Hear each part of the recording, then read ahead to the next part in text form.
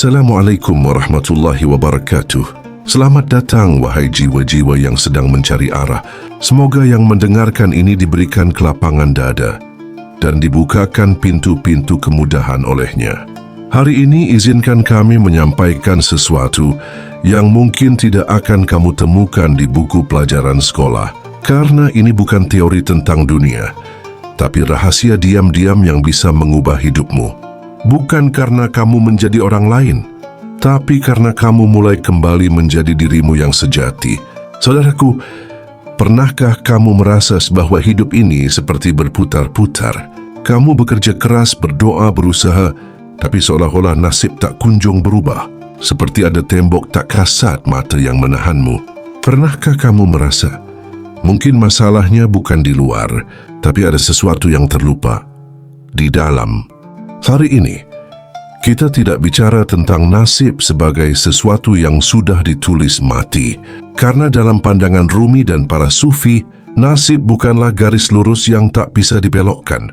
Nasib adalah pantulan dari jiwa. Dan jika jiwamu berubah, maka pantulannya pun berubah. Rumi pernah berkata, "Jangan puas dengan cerita tentang orang lain, bentuklah kisahmu sendiri. Kisahmu belum selesai. Jika kamu masih bernafas, maka masih ada pintu-pintu yang bisa kamu ketuk, masih ada cahaya yang belum kamu lihat, dan masih ada rezeki yang belum kamu sadari sedang mencarimu."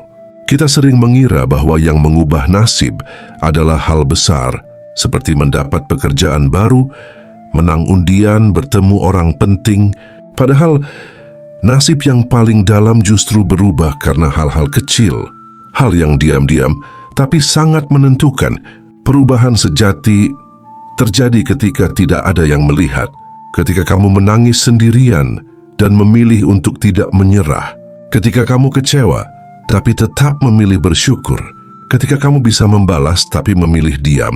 Itu momen-momen yang tak dilihat dunia tapi dicatat oleh semesta. Dan dalam waktu yang tak kamu duga, hal-hal itu akan kembali padamu dalam bentuk yang lebih besar, lebih indah, dan lebih dalam dari yang kamu harapkan.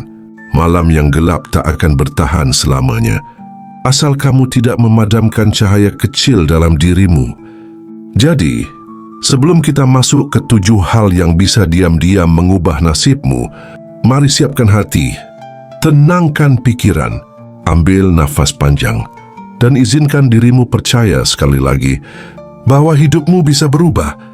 Bahwa meski semuanya terlihat sulit hari ini, itu bukan akhir, tapi awal dari versi terbaik dirimu yang akan muncul. Kamu bukan takdirmu yang kemarin. Kamu adalah pilihanmu hari ini. Dan jika kamu memilih untuk membuka mata hati, menyentuh 7 hal yang akan kita bahas, maka satu demi satu pintu akan terbuka. Tidak dalam sehari, tapi pasti dengan izinnya.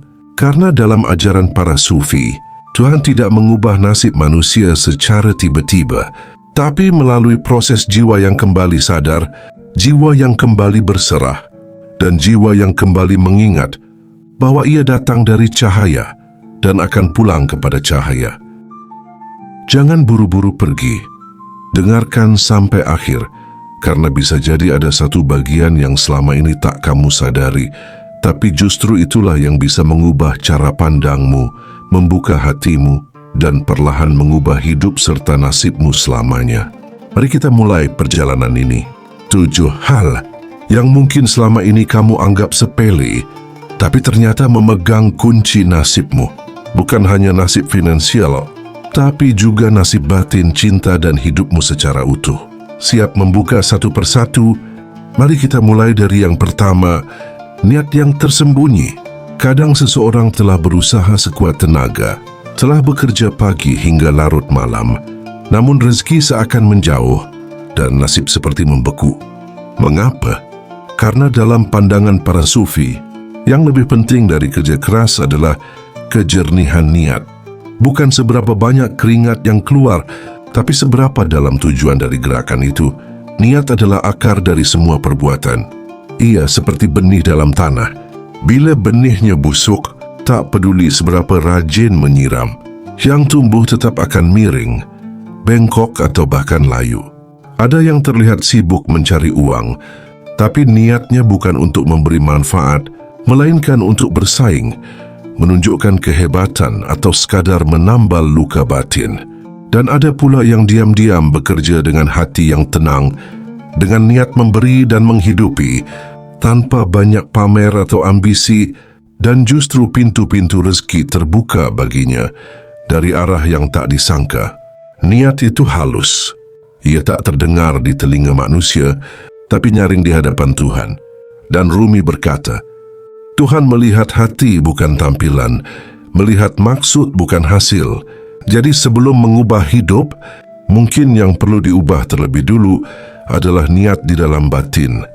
Apakah yang sedang dikerjakan ini untuk pencitraan atau untuk pengabdian? Apakah niatnya lahir dari ketakutan akan kekurangan atau dari keyakinan bahwa memberi adalah cara untuk menerima?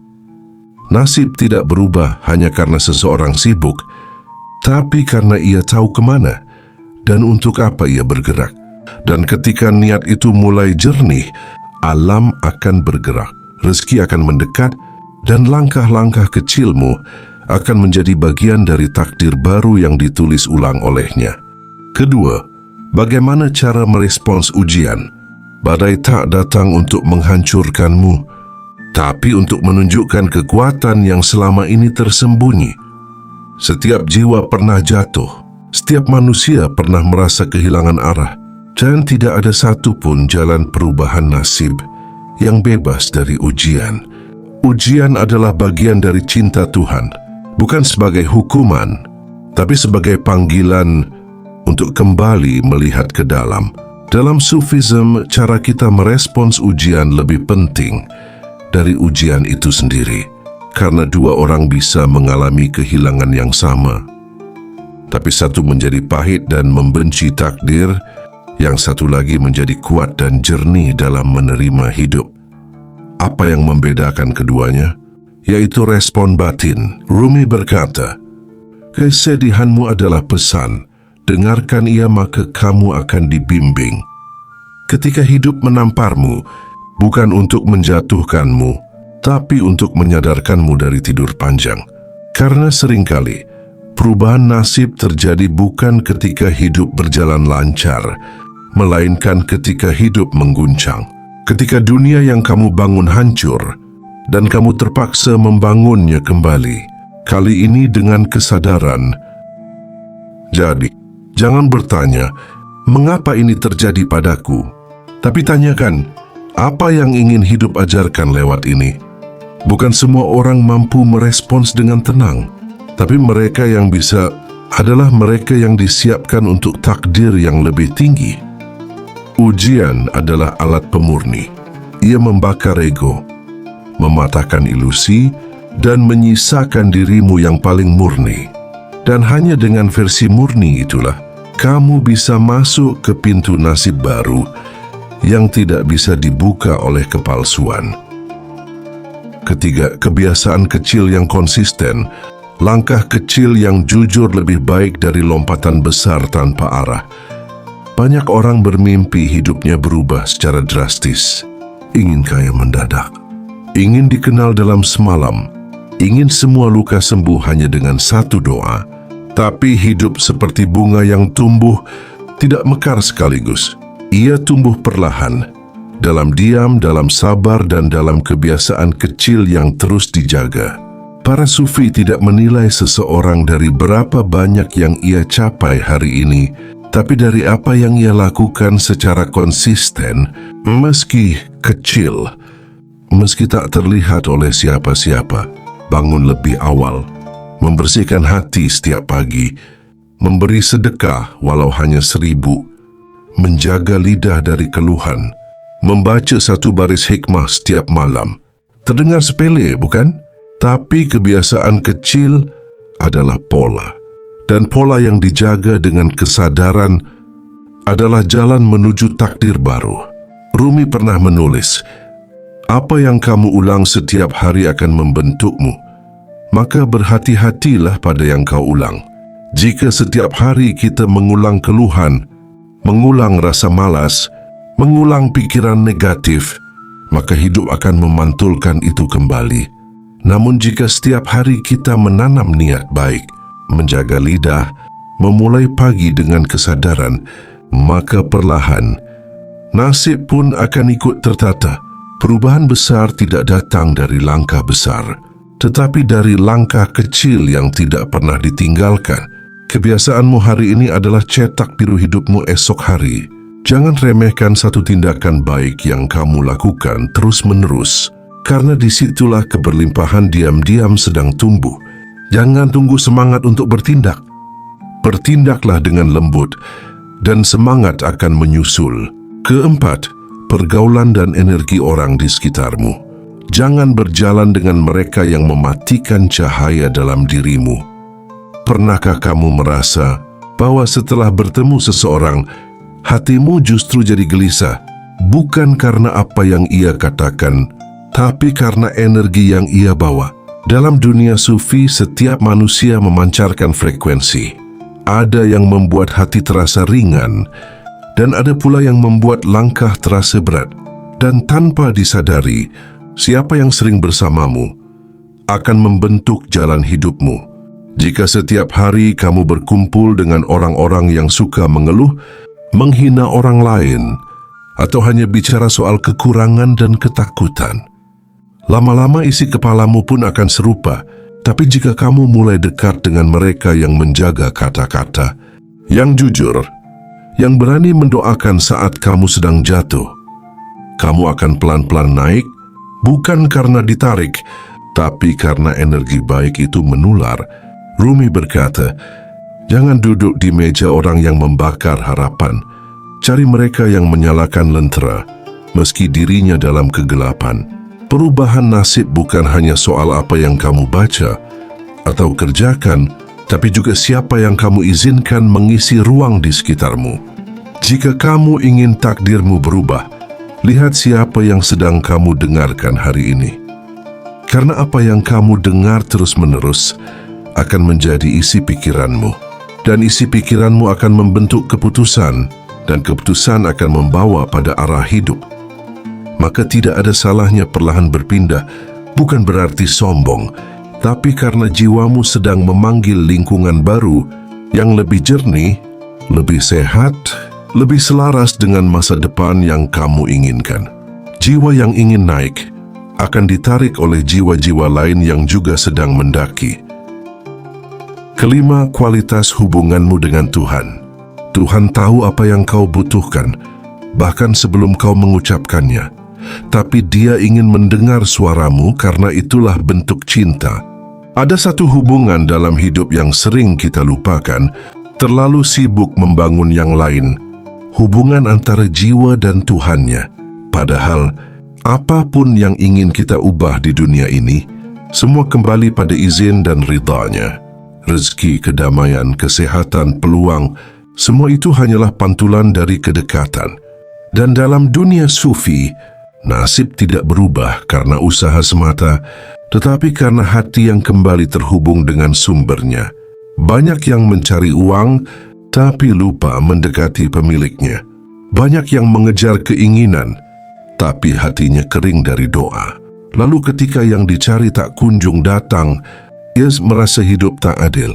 Padahal mungkin yang diminta belum turun, karena penerimanya belum siap. Rumi berkata, kau mengetuk banyak pintu, tapi lupa satu pintu yang selalu terbuka, yaitu pintunya. Tuhan tidak memerlukan kita, tapi kitalah yang membutuhkannya. Dan ketika hubungan itu diperbaiki, ketika doa bukan sekadar rutinitas, melainkan pertemuan penuh rasa, hal-hal yang tak masuk akal mulai terjadi. Pintu rezeki yang tak logis terbuka, masalah yang rumit jadi ringan, ketakutan berubah menjadi kekuatan. Itulah yang terjadi saat jiwa mulai terhubung kembali dengan Yang Maha Mengatur. Hubungan dengan Tuhan bukan sekadar salat, zikir atau syariat luar, tapi sejauh mana hatimu hadir saat menyebut namanya. Dan saat hati sudah hadir, semesta akan ikut bersaksi bahwa kamu bukan berjalan sendiri. Perkuat hubunganmu dengan Dia yang tak pernah meninggalkanmu, dan kamu akan melihat dunia berbalik memelukmu. Yang keenam, luka yang belum kamu sembuhkan. Selama ada luka yang tak dihadapi, hidup akan terus menarik kejadian yang sama untuk menyadarkanmu. Setiap orang membawa luka, beberapa tampak di mata, tapi yang paling dalam justru tak terlihat. Ia tinggal di balik senyuman, di balik kerja keras, di balik ambisi yang katanya demi masa depan. Tapi luka tak bisa dikubur begitu saja, karena luka yang ditekan tak hilang. Ia berubah menjadi pola hidup, menjadi reaksi yang berulang, menjadi keputusan yang kita buat, bukan dari kesadaran tapi dari ketakutan. Tapi cahaya hanya masuk jika luka itu dihadapi, bukan dihindari. Banyak orang tidak bisa maju dalam hidup, bukan karena tak mampu, tetapi karena masih terikat pada kenangan lama, dikhianati, dihina, diabaikan, ditinggalkan.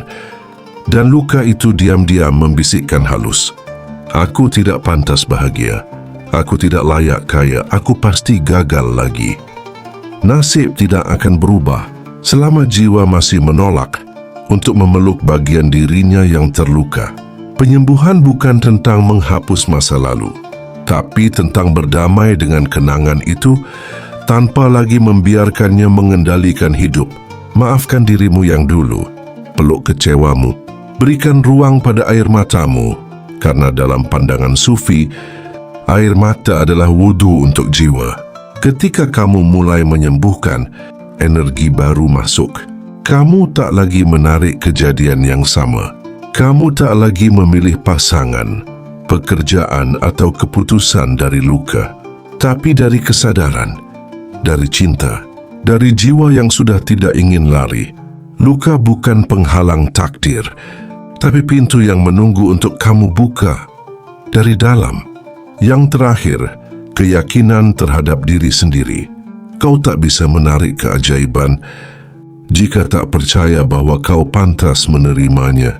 Seseorang bisa punya ilmu, punya pengalaman, punya peluang, tapi tetap jalan hidupnya tak bergerak karena di dalam dirinya ia tidak sungguh-sungguh percaya bahwa ia layak menerima kebaikan. Keyakinan terhadap diri sendiri bukan ego, bukan merasa paling mampu, tapi percaya bahwa Tuhan menciptakanmu bukan untuk gagal, bahwa kamu bukan kebetulan, bahwa hidupmu punya tujuan, dan kamu bisa menjemputnya. Banyak orang hidup dalam batas yang ia ciptakan sendiri. Mereka tidak miskin karena tak punya uang, tapi karena tidak percaya bahwa mereka bisa belajar, bertumbuh, dan berubah. Nasib dalam pandangan para Sufi adalah cermin dari apa yang kamu yakini tentang dirimu sendiri. Jika kamu terus berkata, "Aku selalu gagal, aku tidak sekuat mereka, aku bukan siapa-siapa," maka semesta hanya akan memantulkan ulang kalimat itu kepadamu dalam bentuk kenyataan yang serupa. Keyakinan bukan datang dari motivasi sesaat, tapi dari penghormatan terhadap dirimu sendiri, bahwa kamu diciptakan oleh Zat yang Maha Sempurna dan kamu membawa bagian darinya dalam jiwamu. Jadi ubah percakapan dalam batinmu. Bukan lagi, "Kenapa aku begini?" tapi, "Bagaimana aku bisa tumbuh dari sini?" Bukan lagi, "Aku tidak pantas," tapi, "Aku sedang belajar menjadi pribadi yang pantas." Takdirmu akan berubah saat kamu benar-benar percaya bahwa kamu bisa menjadi versi terbaik dari dirimu sendiri. Dan kini, kita telah menapaki 7 hal yang sering tersembunyi, tapi sebenarnya sangat menentukan arah hidup. Mari kita ingat kembali, perubahan nasib bukan dimulai dari luar, tapi dari dalam, dari niat yang kamu benahi, dari caramu memaknai ujian, dari langkah kecil yang kamu ulangi dengan sabar, dari siapa yang kamu izinkan tinggal dalam hidupmu, dari hubunganmu dengan Tuhan yang perlahan kau perindah, dari luka yang akhirnya kau peluk, bukan kau sembunyikan, dan dari keyakinan bahwa kamu layak untuk hidup yang lebih baik. Hidup tidak akan berubah dalam semalam, Tapi setiap malam yang kamu lalui dengan kesadaran adalah pijakan menuju takdir yang baru. Kalau kamu mendengarkan sampai titik ini, itu bukan kebetulan. Itu artinya jiwamu sudah memberi izin, sudah siap untuk berubah, bukan dengan cara orang lain, tapi dengan caramu sendiri yang tulus dan utuh. Jika kamu merasa video ini menyentuh sesuatu di dalam dirimu, silakan tulis di kolom komentar. Aku siap merubah nasib. Bukan hanya sebagai kata, tapi sebagai doa, sebagai komitmen dalam diam, bahwa mulai hari ini, aku akan lebih sadar, lebih jujur pada jiwaku, dan lebih berani berjalan menuju hidup yang benar-benar layak untukku. Kau tak harus melihat seluruh tangga, cukup ambil satu langkah, dan percayalah bahwa cahaya akan menuntun sisanya. Terima kasih telah hadir di ruang ini. Semoga cahaya selalu bersamamu, dan semoga hidupmu berubah, bukan karena terpaksa, tapi karena jiwamu memilih untuk tumbuh. Wassalamualaikum warahmatullahi wabarakatuh.